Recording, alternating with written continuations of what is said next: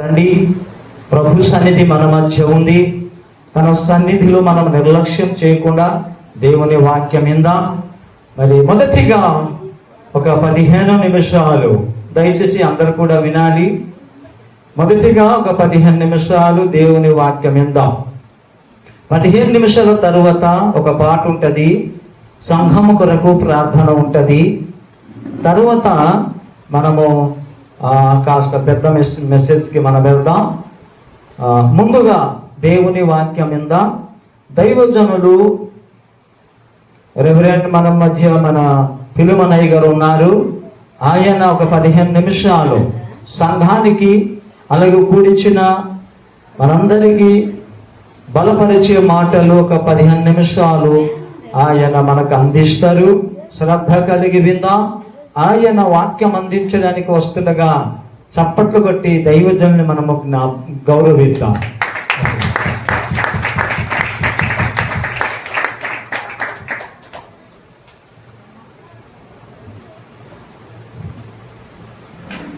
దేవునికి స్తోత్రం, దేవునికి స్తోత్రం, దేవునికి స్తోత్రము కలుగును గాక. చాలా సంతోషం. అందరూ బాగున్నారా? మీరందరూ బాగున్నారు కాబట్టి దేవుడు తన సన్నిధికి మనందరినీ రప్పించుకున్నాడు. అందుని బట్టి దేవునికి మనందరం కలిసి ఏం చేయాలి? ఇప్పుడు ఒకసారి స్తోత్రం కొంచెం చేద్దామా? హల్లెలూయా, హల్లెలూయా, హల్లెలూయా. మొదటగా అందరము కలిసి నాతో పాటు మీరు కూడా దేవుణ్ణి ఎందుకు స్తుతించామంటే అతన్ని ముందు ఆరాధించాలి, అతన్ని ముందు తలుసుకోవాలి కదా. మరి ఇంత ఆరోగ్యాన్ని ఇచ్చి ఇక్కడికి మనకి చేర్పించిన మహాదేవుడు, గొప్ప దేవుడు, మన ప్రార్థనలు వినే దేవుడు కదా. మరి అటువంటి దేవుడిని మనం కలిగి ఉన్నాం. ఎప్పుడు నిత్యము మనల్ని కాపాడుతూ రక్షిస్తూ మన ప్రార్థనలు వింటూ మన ప్రార్థనలకి జవాబిస్తూ నడిపిస్తున్న దేవుణ్ణి నమ్ముకుని ఉన్నాం. అందుకు మనం భయపడే వారం కాదు కదా. దేవునికి స్తోత్రం, హల్లెలూయా. నాకు 15 నిమిషాలు ఇచ్చారు కాబట్టి నా సమయం మరి వృధా చేయకుండా దేవుడు, పరిశుద్ధాత్మ దేవుడు ఏదైతే మరి ప్రేరేపిస్తాడో దాన్ని నేను కూడా వినాలనుకుంటున్నాను. మీరు కూడా అలాగే సిద్ధపడాలని కోరుకుంటున్నాను. దేవునికి స్తోత్రం, హల్లెలూయా. మరి అలాగే మొదటిగా దేవునికి వందనాలు తెలియజేశాం. మరి మా సేవకులు, మా నాయకులు, మా గుప్తయ్య గారిని బట్టి కూడా తను దేవుడు వాడుకుంటున్న విధానాన్ని బట్టి మొదటగా దేవునికి వందనాలు తెలియజేస్తూ గుప్తయ్య గారికి కూడా దేవుని గట్ట వందనాలు తెలియజేస్తూ ఉన్నాం. అలాగే నన్ను ఆహ్వానించిన మరి మా విచిత్రయ్య గారిని బట్టి ఈ సంఘ పరిచారకులు చక్కగా నడిపిస్తూ ఆలోచన కలిగి దేవుని ఆలోచన కలిగి ముందుకు నడిపిస్తున్న మరి దైవజనులు విచిత్రయ్య గారిని బట్టి కూడా వందనాలు తెలియజేస్తూ ఉన్నాం. అలాగే ఇక్కడ మీ అందరిని బట్టి దేవుడు మిమ్మల్ని ఎంతగానో ప్రేమించి మా కొరకు, సేవకుల కొరకు, బయట పరిచర్య కొరకు, సేవకులు మరి ఎదురవుతున్న అనేక కష్ట నష్టాల కొరకు నిత్యము ప్రార్థన చేస్తున్న మీ అందరికి కూడా దేవుని పేరిట వందనాలు తెలియజేస్తూ ఉన్నాం. దేవునికి స్తోత్రం, దేవునికి స్తోత్రం, దేవునికి స్తోత్రం కలుగును గాక. ఓకే, నేను 15 నిమిషాలు కాబట్టి ఒక మాటని చెప్పాలనుకుంటున్నాను. ప్రార్థన విషయం మీద మనం ఎంత మెలకు కలిగి ఉన్నాము, లేకపోతే మన ప్రార్థనలు దేవుడు వింటున్నాడా, మన ప్రార్థనలు ఎటువంటివి, ఒకవేళ మన ప్రార్థనలు నిజంగా దేవుడు ఎందుకు వింటే ఎలా ఉంటుంది, వినకపోతే పరిస్థితి ఏంటి, ఎందుకు వినట్లేదు అనేవి మనము కొద్దిగా గమనిస్తూ మన భక్తి జీవితాన్ని ముందుకు కొనసాగించాలా. అవునా? చాలామంది ప్రార్థన చేస్తామా? ఈరోజు ఉపవాస ప్రార్థన కదా. ఈరోజు మీరు అందరు ఇక్కడికి ఎందుకు వచ్చారు? ఉపవాస ప్రార్థన అనగా మీకున్న కష్టాలు, మీకున్న బాధలు కదా, మీకున్న ఇబ్బందులు, మీకున్న ఆటంకములు, మీ సమస్యలు ఏవైనా ఉంటే ఉపవాసంతో దేవుని మందిరానికి వచ్చి దేవునితో గడిపి మన సమస్యలన్నీ చెప్పుకుంటే దేవుడు తీరుస్తాడు, మనకి మన అవసరతలు తీర్చి ముందుకు నడిపిస్తాడనే నమ్మకంతో ఇక్కడికి వచ్చాం. నమ్మి వచ్చామా, డౌట్ మీద వచ్చామా? నమ్మి వచ్చారు. దేవునికి స్తోత్రం. కాబట్టి మీరందరూ మీరు నమ్మి వచ్చారు కాబట్టి నమ్మి వచ్చిన వారికి దేవుడు ఎలా చూస్తాడో మీ అందరూ తెలుసు. నమ్మి వచ్చారు కదా, తప్పకుండా మీ సమస్యలన్నీ దేవుడు తీరుస్తాడా? మరి కొన్ని ప్రార్థనలు యెహోషువ చేసిన ఒక 3 ప్రార్థనలు మనం చూద్దాం. దానివల్ల వచ్చే ప్రతిఫలాలు మనం చూద్దాం.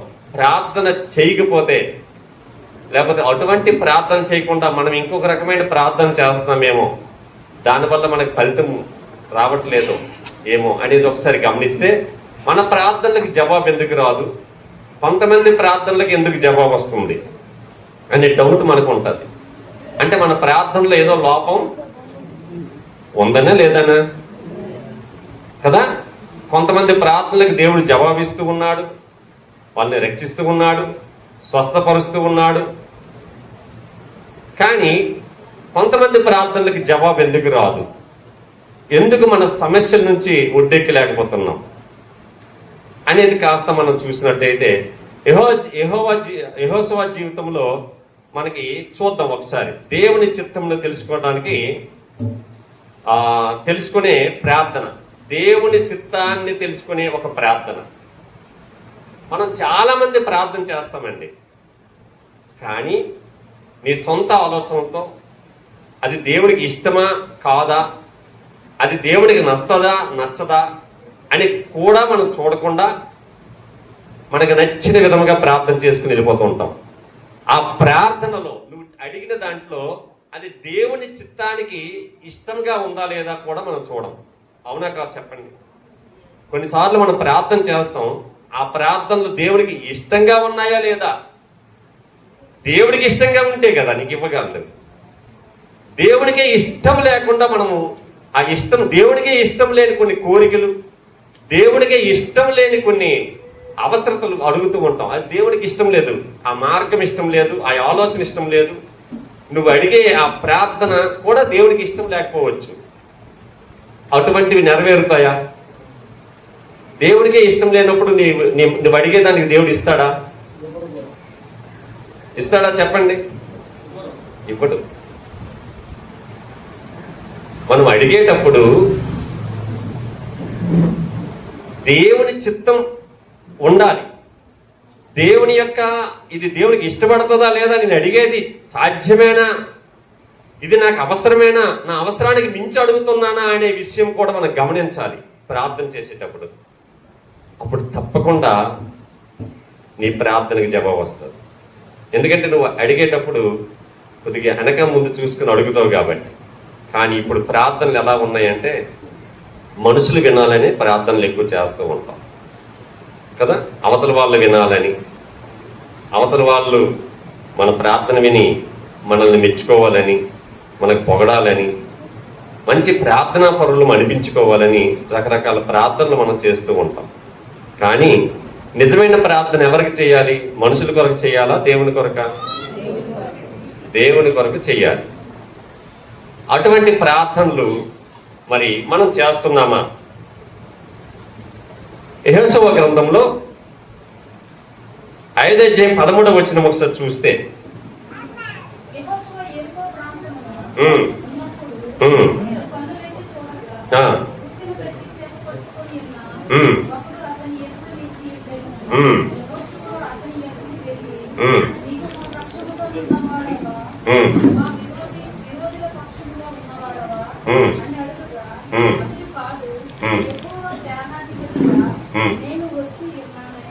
దేవునికి స్తోత్రం. 14 కూడా చదివాము.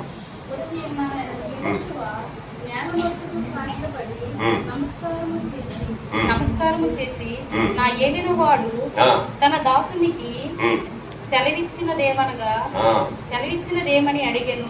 దేవునికి స్తోత్రం. హల్లెలూయా. అప్పుడు దేవుడు ఏమిస్తున్నాడు, ఏమంటున్నాడు? 15వ వచనంలో చెప్తున్నాడు. అందుకు ఉమ్. అందుకు యెహోవా ఉమ్. సేనాధిపతి, ఉమ్. నీవు నిలిచి ఉన్న ఈ స్థలము పరిశుద్ధమైనది, ఆ. నీ పాదరక్షణను తీసివేయమని ఆ. యెహోషువతో చెప్పగా, ఒక్క నిమిషం ఆపండి. ఓకే, ఇప్పుడు ప్రార్థన చేయడానికి సిద్ధపడ్డాడు. ఎవరు? యెహోషువ. దేవుని అడుగుతూ ఉన్నాడు. వెళ్ళవలసిన స్థలానికి వెళ్ళాడు. చూడండి, అంత పెర్ఫెక్ట్ గా ఉంది.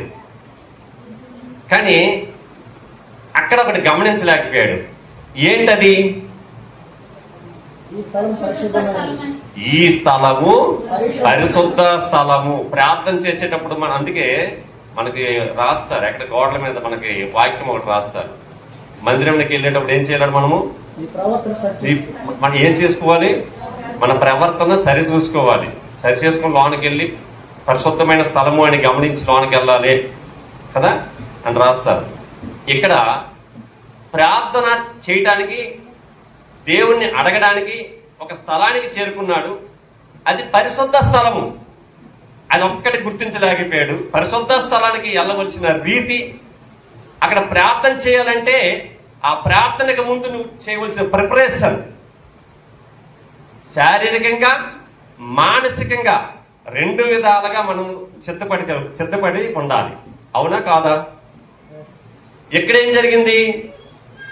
ప్రార్థన చేయడానికి, పరిశుద్ధ స్థలానికి వెళ్ళడానికి నిర్ణయించుకోవడం బాగుంది. కానీ వెళ్ళేటప్పుడు ఎలా వెళ్ళాలి, అది పరిశుద్ధ స్థలము అనే భయం లేకుండా వెళ్ళాడు. అక్కడ పాదరక్షకులతో వెళ్ళడం గమనించాడు. అప్పుడు ఏమైంది? ఆ విషయం మీద గద్దించడం జరిగింది. ఇది ముందు పరిశుద్ధ స్థలమని నువ్వు తెలుసుకో. ఇది ముందు పరిశుద్ధ స్థలమని మనం తెలుసుకోవాలి. ఈ పరిశుద్ధ స్థలానికి వచ్చేటప్పుడు ఏ మనసుతో వస్తున్నాం, ఏ ఆలోచనతో వస్తున్నామో ముందు గమనించి, మనము పరిశుద్ధ స్థలంలో అడుగు పెట్టేటప్పుడు, దేవునితో మాట్లాడేటప్పుడు మన యొక్క ప్రవర్తన, మన శారీరక స్థితి, మన మానసిక స్థితి అంతటిని మనం ఏం చేయాలి? ఇప్పుడు దేవుని యొక్క సముఖంలో ఉందామని గుర్తుంచుకొని మనం ప్రార్థన చేయాలి. అటువంటప్పుడు ఏమవుద్దండి? గద్దించడం జరుగుద్దా జరగదా? గద్దించేటప్పుడు మనం ఏమనుకుంటామంటే, దేవుడు నా స్వరం వినలేదు, నా మాట వినలేదు, నాకు ఇంకా బాధ పెరిగిపోయింది, నాకు ఇంకా కష్టము పెరిగిపోయింది, నా వ్యాధి పెరిగిపోయింది, నా సమస్య ఇంకా లోతుకి వెళ్ళిపోతుంది అని మనం నిందలేయడం మొదలెడతాం. అవునా? పొరపాటు చేసింది ఎవరు? కదా? పొరపాటు చేసింది ఎవరండి? మనమే. కానీ పొరపాటు దిద్దుకోవడానికి మాత్రం ఇష్టపడమండి. పొరపాటుని దిద్దుకోవడానికి ఇష్టపడదు. అది పొరపాటు అయిపోయిందని ఒప్పుకుంటే బాగుంది. ఇక్కడ పొరపాటు అయిపోయిందని ఒప్పుకొని మనం ఎప్పుడైతే ప్రార్థనలో పాల్గొంటామో తప్పకుండా నీ ప్రార్థనకి జవాబు వస్తుంది. దేవునికి స్తోత్రం. తప్పకుండా అండి, మీ ప్రార్థనలకు ఏమొస్తుంది? జవాబు వస్తుంది. 2 సమూయేలు గ్రంథం 3:5 ఒకసారి చూడండి.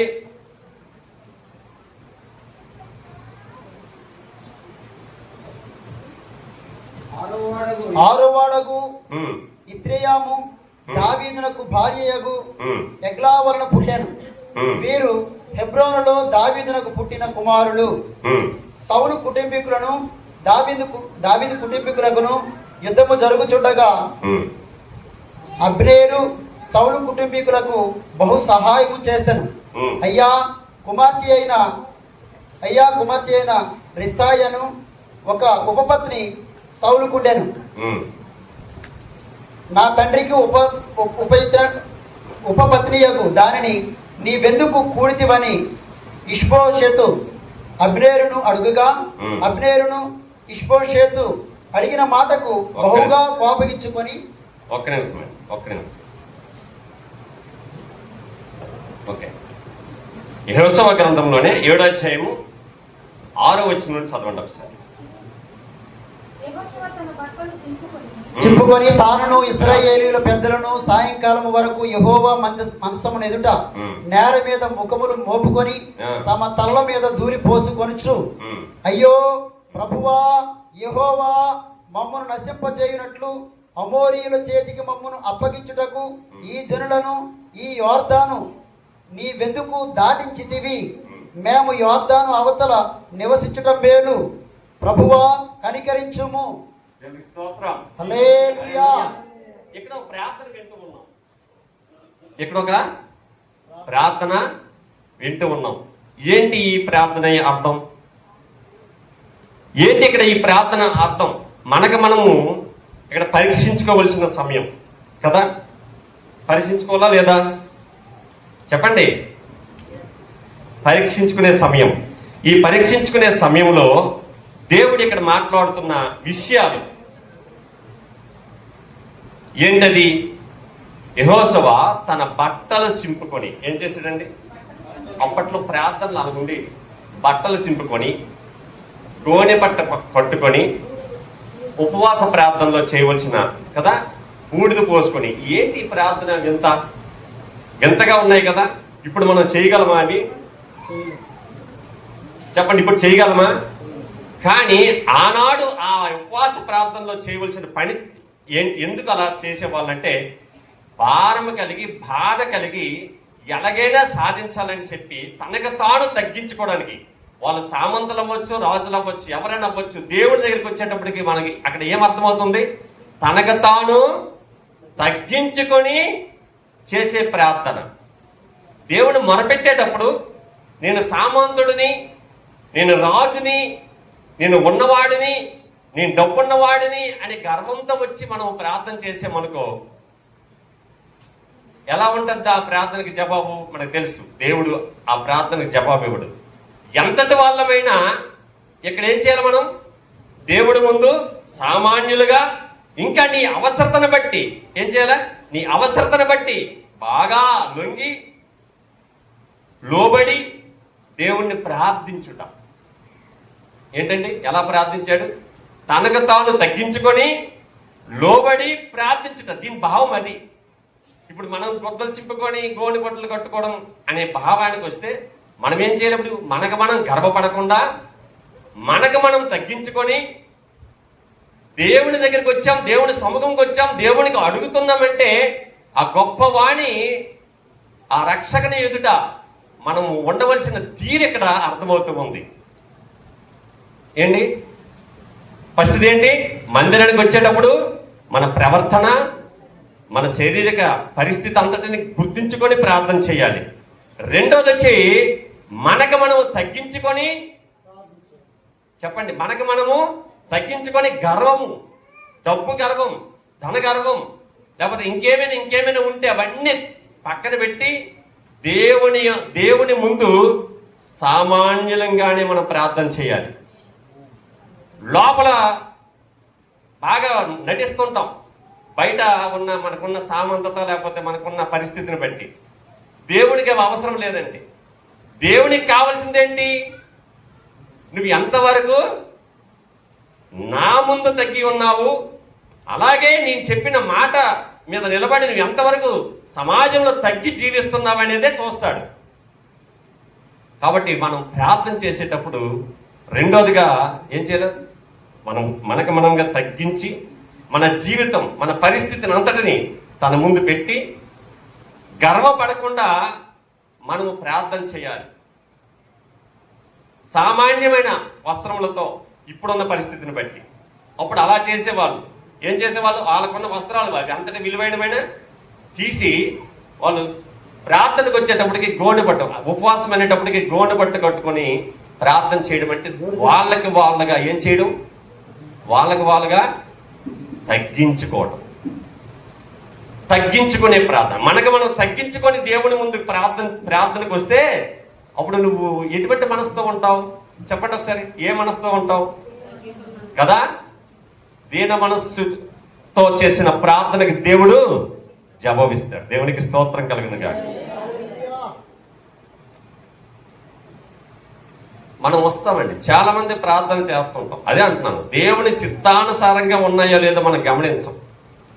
దేవుడు మన ప్రార్థన ఎందుకు వినడో, ఎక్కడో పొరపాటు జరుగుతూ ఉంటుంది, ఎక్కడో పొరపాటు జరుగుతూ ఉంటుంది. ఆ పొరపాటుని మనం సరిచేసుకునే సమయం ఇది. దేవునికి స్తోత్రం. ఆ పొరపాటుని సరిచేసుకునే సమయం మనం పరీక్షించి పరిశీలించి చేసుకోవడానికి ఈ ప్రార్థన చేయాలి. దేవునికి స్తోత్రం కదా. ఒకసారి అదే యెహోషువ 7వ అధ్యాయం 9వ వచనం. కనానీయులను ఈ దేశ నివాసులందరూ విని మమ్మను చుట్టుకొని మా పేరు భూమి మీద ఉండకుండా తుడిచివేసిన ఎడల ఘనమైన నీ నామమును గురించి నేనేమి చేయుదునని నీవేమి చేయుదు అని ప్రార్థింపగా యెహోషువతో ఇట్లనెను, లెమ్ము నీ వేళ ఇక్కడ ముఖము నేల మోపుకొని ఎందువు. ఇశ్రాయేలీయులు పాపము చేసి ఉన్నారు, నేను వారితో చేసిన నిబంధనను వారు మీరి ఉన్నారు. శపితమైన దాని కొంత తీసుకొని దొంగిలి బొంకి తమ సామానులో దాని ఉంచుకొని ఉన్నారు. కాబట్టి ఇశ్రాయేలీయులు శాపగ్రస్తులై తమ శత్రువుల ఎదుట నిలువలేక తమ శత్రువుల ఎదుట వెనుకకు తిరిగిరి. చాలండి, ఆ స్టోరీ అంతా మనకు తెలిసిందే. కానీ ఇక్కడ మనకు కావాల్సింది ఏంటంటే చూద్దాం. దేవునికి స్తోత్రం. ఇక్కడ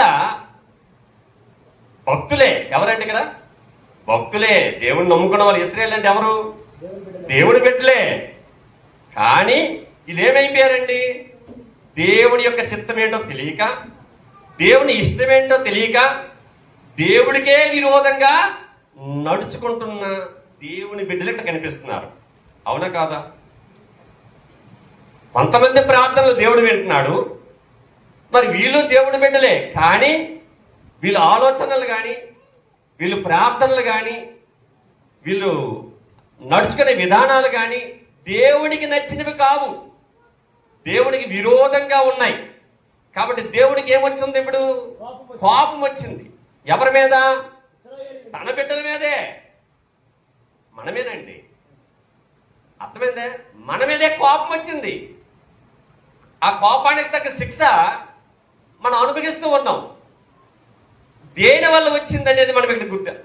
మనం ఏం చేయాలి? ఇప్పుడు పరిశీలన చేసుకోవాలా. ఎందుకు ఈ బాధ వచ్చింది, ఎందుకు ఈ కష్టం వచ్చిందని పరిశీలన చేసుకునేటప్పుడే ఏమవుతుంది? మనకి సరి చేసుకునే మంచి మనస్సు నీకు ఉంటే దేవుడు సరిచేయడానికి ఎప్పుడు సిద్ధమే. దేవునికి స్తోత్రం. ఎవరైతే సరి చేసుకుంటారో తప్పకుండా వారి జీవితంలో ఒక మార్పు, వారి జీవితంలో ఒక పెను మార్పు కనిపిస్తుంది. ఉన్నత స్థితికి ఎదుగుతూ ఎదుగుతూ ముందుకి వెళ్ళగలడు.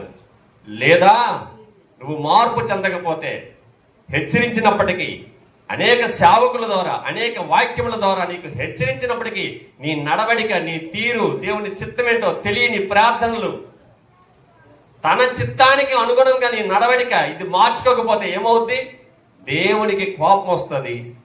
కోపం వచ్చిందంటే మనం ఆ శాపానికి గురవుతాం. అవుతామా కాదా? చెప్పండి. అయిపోతాం. మరి ఇప్పుడు మనం చేసే పొరపాటుకి మనం అనుభవించాలి. అది అనుభవిస్తూ మనం సరి చేసుకోవడానికి ఇష్టపడక ఇంకేం చెప్తాం? దేవుడు నన్ను పట్టించుకోవట్లేదు, దేవుడు నన్ను పట్టించుకోవట్లేదు, నా మొర వినట్లేదు, నా ప్రార్థన వినట్లేదు అని చెప్తూ ఉంటాం. అవునా? దేవుడు ప్రార్థనలు వింటాడండి, కానీ చేసే ప్రార్థన విధానం మనలో ఎక్కడో పొరపాటు జరుగుతుంది. ఇది పరిశీలించుకోవాలి. ఎక్కడో పొరపాటు జరుగుతుంది. ఆ పొరపాటుని సరిచేసుకొని ప్రార్థన చేసేటప్పుడు ఆ ప్రార్థనకి 100కి 100% జవాబు నీకు దొరుకుతుంది. దేవునికి స్తోత్రం, దేవునికి స్తోత్రం, దేవునికి స్తోత్రం కలుగును గాక. అక్కడ అదే 7వ అధ్యాయంలో 3-4 వచనాలు చూడండి ఒకసారి. హాయిపురమును వేగు చూచి యెహోషువ యొద్దకు తిరిగి వచ్చి జనులందరినీ వెళ్ళనీయకము, 2-3 వేల మంది వెళ్ళి హాయిని పట్టుకొనవచ్చు. జనులందరూ ప్రయాసపడి అక్కడికి వెళ్ళనేలా హాయి వారు కొద్దిగానున్నారు గదా అనిరి. మీరు యెహోషువ గ్రంథం 7 3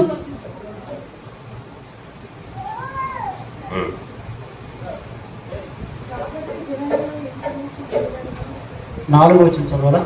ఒక 10:12 వస్తుంది.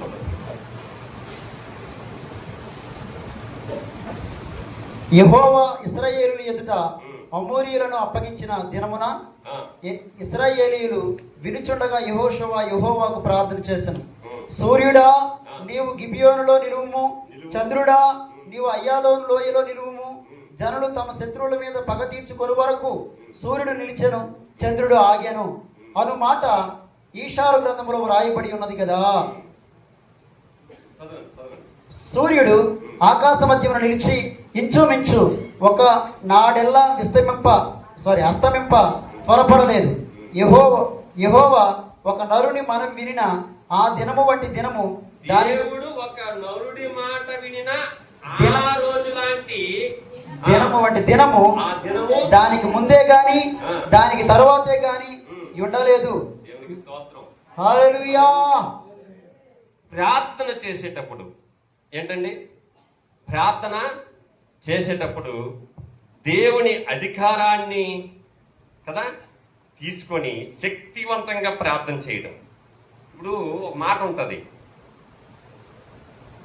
విశ్వాసం నీలో సంపూర్ణమైన విశ్వాసం ఉంటే, ఆవగంజంత విశ్వాసం ఉంటే ఏం చేయొచ్చు అంట? చెప్పండి ఏంటి? ఈ కొండ తీసి సముద్రంలో పడేయచ్చు అని మాట ఉంది. ఏంటి దాన్ని, అది సాధ్యమా? సాధ్యమా అంటే దేవుడికి సాధ్యం, అలాగే విశ్వాసులకి సాధ్యం. ఏ విశ్వాసం అది? దేవుని దగ్గర నుంచి తీసుకున్న అధికారాన్ని బట్టి చేయగలం. దేవునికి స్తోత్రం. నీ మట్టుకు నువ్వు తీసుకున్న అధికారాన్ని బట్టో కదండి, మనకు మనం నిర్ణయించుకున్న అధికారాన్ని బట్టో కాదు, దేవుడిచ్చిన అధికారాన్ని ఇక్కడ ఇంత బలంగా ప్రార్థన చేయాలి. అంటే సూర్యుడికి ఆజ్ఞ ఇస్తూ ఉన్నాడు. ఇక్కడ ఎవరు? ఒక భక్తుడు ప్రార్థన చేస్తూ ఉన్నాడు. ప్రార్థన చేసి సూర్యుడికి ఆజ్ఞాపిస్తూ ఉన్నాడు, ఈ దినమల్లా నువ్వు అక్కడే ఉండు. ఈ శక్తివంతమైన ప్రార్థనకి జవాబు వచ్చింది.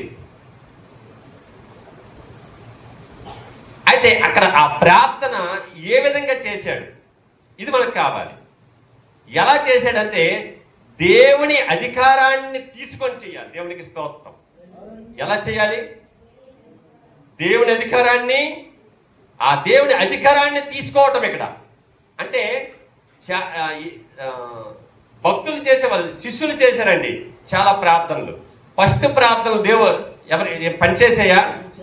ఎందుకు పని చేయలేదు? వాళ్ళు అల్ప విశ్వాసంతో చేశారు. ఏం చేశారు? అల్ప విశ్వాసంతో చేశారు. యేసు ప్రభువు చేస్తున్నప్పుడు అన్ని తండ్రి అధికారాన్ని తీసుకుని చేసేవాడు. శిష్యులు అలా చేద్దామని ప్రయత్నం చేశారా? కానీ తర్వాత ఎప్పుడైతే గద్దింపుకు లోపడ్డారో, ప్రభువు వాళ్ళని సరిచేశారో, వాళ్ళు సరిచేయబడ్డానికి ఇష్టపడ్డారు కాబట్టి తరువాత వాళ్ళు చేసిన ప్రార్థనలకు కూడా జవాబులు వచ్చాయి. మనం చేసే ప్రార్థనకు కూడా జవాబు వస్తుందండి. ఎప్పుడు? దేవుని అధికారాన్ని చేపట్టి అవతల వారికి స్వస్థత కలగాలని నిజంగా మీరు ఉపవాసం ఉండి, ఈరోజు ఉపవాసం ఉండి ఈ ఉపవాస ప్రార్థనలో ఎవరి గురించో మీరు ప్రార్థన చేయడానికి, ఎవరి కష్టం గురించో, లేకపోతే ఎవరి వ్యాధి గురించో, ఎవరి బాధ గురించో, లేకపోతే మీ ఇంట్లో ఉన్న సమస్య గురించో మీరు ప్రార్థన చేసేటప్పుడు పూర్తి అధికారాన్ని, దేవుని యొక్క అధికారాన్ని నువ్వు నాకు చేస్తావు, నా మాట వింటావు, నా పక్షాన ఉంటావు. ఎందుకంటే నీకు అంత నమ్మకస్తుడిగా ఉన్నాను, నేను బ్రతుకుతూ ఉన్నాను, నా ప్రార్థనకు నువ్వు తప్పకుండా జవాబిస్తావనే నమ్మకం, సంపూర్ణమైన విశ్వాసం నీలో నింపుగా ఉండేటప్పుడు అట్టి ప్రార్థన నీ నుంచి అంత అధికారికంగా వస్తుందండి. దేవునికి స్తోత్రం. ఒక్క సేవకుడే ప్రార్థన చేయాలి, ఇక్కడ సేవకుడు బలంగా ప్రార్థన చేస్తే ఇక్కడ స్వస్థతలు లేదా కార్యాలు జరుగుతాయనే అపోహతో మనం చాలా మంది ఉంటాం. ఎవరు ప్రార్థన చేసిన దేవుడు వింటాడు. అవునా కాదా? సేవకుడు ప్రార్థన చేస్తే స్వస్థత వస్తుందా? మీరు ప్రార్థన చేస్తే స్వస్థత వస్తుందా? అలాగే యేసు ప్రభువు వారు ఎప్పుడు ఆ మాట అనకపోయి ఉండేవాడు. ఏ మాట? నీ విశ్వాసమే ఆ మాట అనేవాడు. ఏంటి? రా, నీకేం భయం, నేను ఉన్నాను అనేవాడేమో. కానీ ఆ మాట అన్నాడా? నేను ఉన్నానులే, నీకెందుకు రా అనలేదు. ఎక్కడ ఏమన్నాడు? అక్కడ ఏంటి దేవుడికి కావాలి? Yes. విశ్వాసంతో కూడిన ప్రార్థన, నమ్మకముతో కూడిన ప్రార్థన. ఆ నమ్మకము, విశ్వాసము ఎప్పుడు వస్తుందో తెలుసా? నువ్వు దేవుడు నాకు ఇవ్వగలడనే పూర్తి విశ్వాసం ఉన్నప్పుడే అధికారంతో నువ్వు చేయగలవు ప్రార్థన. అందుకే చావుకులు ప్రార్థన చేసేటప్పుడు అనేక మంది దెయ్యములు, అనేక మంది వ్యాధులు నయమవడానికి కారణం ఏంటో తెలుసా? అక్కడ ఎలా ప్రార్థన చేస్తారు? ప్రభువా నువ్వు ఇచ్చిన అధికారాన్ని బట్టి నేను ఇక్కడ గద్దిస్తామన్నాను, దెయ్యమా పో. డైరెక్టర్ ఎవరితో మాట్లాడతాడు? ఆ వ్యాధితో మాట్లాడతాడు, ఆ అపవాదితో మాట్లాడతాడు. దేన్ని బట్టి? అధికారాన్ని తీసుకొని మాట్లాడతాడు. దేవునికి స్తోత్రం కలుగును గాక. అట్టి ప్రార్థనలకు జవాబు ఉంటుందండి. మన లోపల అల్పవిశ్వాసంతో మనం ప్రార్థన చేస్తున్నప్పుడు ఆ ప్రార్థన చేసినంతసేపు అది వేస్ట్ అయిపోతుంది. ఐస్ చేతిలో ఉంచితే ఒక గడిలో కరిగిపోయినట్టు మన విశ్వాసం కూడా అలాగే కరిగిపోతున్న కొద్ది మనలో బలం తగ్గిపోతూ ఉంటుంది. మనము ఇక్కడ మనం తెలుసుకోవలసిన ఈ 3 విషయాలు సున్నంగా మనం తెలుసుకుంటే, ఫస్ట్ ఏంటి? మనము ఇప్పుడు దేనికి వచ్చామంటే మన సమస్యలు చెప్పుకోవడానికి, మన కష్టాలు చెప్పుకోవడానికి. ఎక్కడికి వచ్చాం? పరిశుద్ధ స్థలానికి, పవిత్రమైన స్థలానికి. ఆ పవిత్రమైన స్థలానికి వచ్చేటప్పుడు మనం శారీరకంగా, మానసికంగా అన్ని సిద్ధపడి రావాలి. అప్పుడు ప్రార్థన చేయాలి. ఎప్పుడైతే అటువంటి ప్రార్థన, అటువంటి మనసుతో నువ్వు చేస్తావో దానికి జవాబు వస్తుంది. రెండోదిగా నీకు నువ్వు తగ్గించుకొని, చెప్పండి, నీకు నువ్వుగా తగ్గించుకొని లోబడి దేవుని ముందు విర్రవీగకుండా, గర్వించకుండా మనం ఎప్పుడైతే ప్రార్థనలో పాల్గొంటామో దానికి జవాబు వస్తుంది కదండి. దేవుని చిత్తం తెలుసుకోవడం అంటే ఇదే. మనకు మనం పరీక్షించుకోవడం అంటే ఇదే. మనకు మనం పరీక్షించుకొని దేవుని చిత్తం తెలుసుకొని ఎవరైతే ప్రార్థన చేస్తారో ఆ ప్రార్థనలో ఏముంటది? విశ్వాసం సంపూర్ణంగా ఉంటది. అప్పుడు నువ్వు అధికారాన్ని తీసుకోవచ్చు. దేవుడి నుంచి సంపూర్ణమైన పూర్తి అధికారాన్ని తీసుకొని నువ్వు ప్రార్థన చేస్తే ఆ ప్రార్థనకి ఖచ్చితమైన జవాబు ఉంటది. దేవునికి స్తోత్రం, హల్లెలూయా.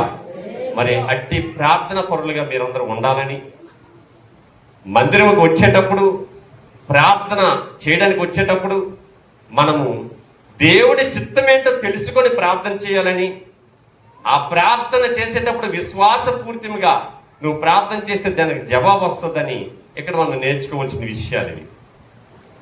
దేవుని అందరము దేవుని బిడ్డలమే, అందరము విశ్వాసులమే. కానీ కొంతమందికి జవాబు వస్తుంది, కొంతమందికి జవాబు రావట్లేదు. కొంతమందికి సమస్యల నుంచి ఒడ్డెక్కుతున్నారు, కొంతమంది సమస్యల్లోనే ఉంటున్నారు. మనలోనే కదా అదంతా జరుగుతుంది, ఇంకెక్కడికో ఎగ్జాంపుల్స్ అక్కర్లేదు. దానికి కారణం ఏంటి అంటే మనలో దేవుని చిత్తం తెలియకుండా చేసే ప్రార్థన అది దేవుడికి ఇష్టమై ఉన్నదా లేదా, ఇప్పుడు నేను చేస్తున్న ప్రజెంట్ ఇప్పుడు సిచ్యువేషన్ ఏదైతే ఉందో ఆ సిచ్యువేషన్ నేను చేస్తున్న ప్రార్థన సరైనదా కాదా మనం ఏం చేయట్లేదు. ఆలోచన లేకుండా ఏది పెడుతుంది, నోటికి ఏదుస్తుంది అడిగిస్తూ ఉంటాం. తర్వాత దాని గురించి ఏమైనా రీచెక్ చేస్తామా, దాని గురించి ఆలోచిస్తామంటే ప్రార్థన చేసాడు ఇంటికి వెళ్ళిపోయాడు. తర్వాత ఏం ప్రార్థన చేసామో కూడా మళ్ళీ 1 గంట తర్వాత అడిగితే తెలియదు. ఇది దేవుని చిత్తమైన ప్రార్థన, మనకు మనం పరీక్షించుకునే ప్రార్థన అంటామా? అదే దాన్ని చెప్పండి ఒకసారి. అదే ప్రార్థన అవుతున్నప్పుడు ఏదో వచ్చాం, వాళ్ళు ప్రార్థన చేయమన్నారు, చేసాం. తర్వాత మళ్ళీ దాన్ని నెమ్మరవేత లేదు, తన గురించి మళ్ళీ తలుచుకోవడము లేదు, మళ్ళీ ఇంటికి వెళ్ళి దేవుడిని అడగడము లేదు, అయిపోయింది, అక్కడికి క్లోజ్. అటువంటి ప్రార్థనలకి బలం ఉండదండి. అధికారాన్ని తీసుకునే ప్రార్థన తరువాత కూడా ఏం చేస్తారు? ఇంటికి వెళ్ళిపోయిన తర్వాత కూడా వాళ్ళ గురించి బాధ్యత వహించి ప్రార్థన చేసే విధానం ఒకటి నేర్చుకోవాలి. దేవునికి స్తోత్రం. అదే దేవుని చిత్తం. అదే మనకు మనం సరి చేసుకోవటం. సరి చేసుకోవడం అంటే ఎక్కడ దగ్గర వదిలేయడం కాదు. సరి చేసుకోవడం అంటే అది పట్టుకొని మళ్ళీ ఏం చేయాలా, ఏదైతే నేర్చుకున్నామో, ఏదైతే సరి చేసుకున్నామో, ఈరోజు ఏదైతే దేవుడు మాట్లాడాడో దాన్ని నువ్వేం చేయాలి, ఏం చేయాలి, మీ తరువాత కాలం, తర్వాత రోజు కూడా అది నెరవేరినంత వరకు ఏం చేయాలి, మీరు దాన్ని దేవుని చిత్తం నెరవేరినంత వరకు, వాళ్ళకి అది తగ్గినంత వరకు, మీ సమస్య నెరవేరినంత వరకు ఆ అధికారాన్ని తీసుకునే ప్రార్థన చేయాలి. దేవునికి స్తోత్రం, హల్లెలూయా. మరి ఈ రోజు నుంచి ఆ విధంగా చేద్దామా? చెప్పండి. దేవుని చిత్తంను తెలుసుకునే ప్రార్థన మనము నేర్చుకుందామా? ఈరోజు పరిశుద్ధాత్మ దేవుడు నేర్పించాడనే నేను అనుకుంటున్నాను కదండి. యాక్చువల్ ప్రార్థన చేసేటప్పుడు ముందు మన మనసు మార్చుకోవాలి కదా. మనసు మార్చుకోకుండా ప్రార్థన చేస్తే, మారు మనసు పొందకుండా ప్రార్థన చేస్తే వీటన్నిటికీ జవాబులు చాలా ఉన్నాయి. కానీ నాకు ఇచ్చిన సమయాన్ని ముగించి మీకు అర్థమైపోయిందని మరి అన్ని చెప్పట్లేదు. దేవునికి స్తోత్రం, హల్లెలూయా. కాబట్టి మనలో లోపములు సరిచేసుకొని ప్రార్థన చేసినప్పుడు ఆ ప్రార్థనకి జవాబు వస్తుంది. ఒక దగ్గర ఒక భక్తుడు ఏమంటాడండి,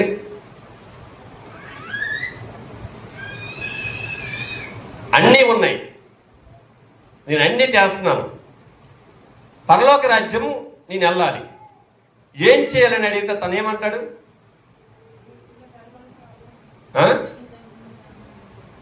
కదా నన్ను అన్ని చేస్తాను, నేను చిన్నప్పటి నుంచి అవన్నీ పాటిస్తున్నానని చెప్తాడు.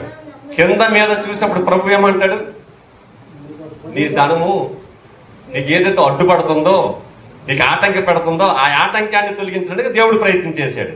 ఇష్టపడతారా? ఇంకొక దగ్గర ప్రభువా అని ఎంటాడుతాడు. ఎంటాడేటప్పుడు అప్పుడేమంటాడు, నువ్వెవరివో నాకు ఎందుకు? మనసు మార్చుకోకుండా చేసిన ప్రార్థనలు దేవుడు వినడు. మారు మనసు పొంది మనకు మనం పరీక్షించుకొని ఎవరిమైతే ప్రార్థన చేస్తామో ఆ ప్రార్థన మాత్రమే తను వింటాడు. ఇది నా బిడ్డ అయిన సాక్ష్యం ఇస్తాడు, ఇది నా కుమార్తె, నా కుమారుడైన సాక్ష్యం ఇస్తాడు ప్రభు. అందుకే మన ప్రార్థనలు అందరూ చేస్తారు. ఇప్పుడు అందరూ చేశాడు కదా. కానీ కొంతమందికి జవాబు వస్తుంది, కొంతమందికి జవాబు అంటే మనకు మనం పరీక్షించుకొని దేవుని చిత్తానుసారముగా దేవుని చిత్తమా కాదని తెలుసుకోకుండా చేసే ప్రార్థనలు దేవుడు వింటగానే దేవుని చిత్తం నిజంగా తెలుసుకొని చేసే ప్రార్థనకి జవాబు దొరుకుద్ది. మీకు కూడా దేవుని చిత్తం తెలుసుకునే ప్రార్థన చేయండి. దేవుడు మీరు అడిగిన ప్రతి ఒక్కటి దేవుడు మీ అందరికి దయచేయును గాక. దేవుడి మాటను దీవించును గాక. పరిశుద్ధుడా, నీకు వందనాలు, స్తుతులు, స్తోత్రాలు.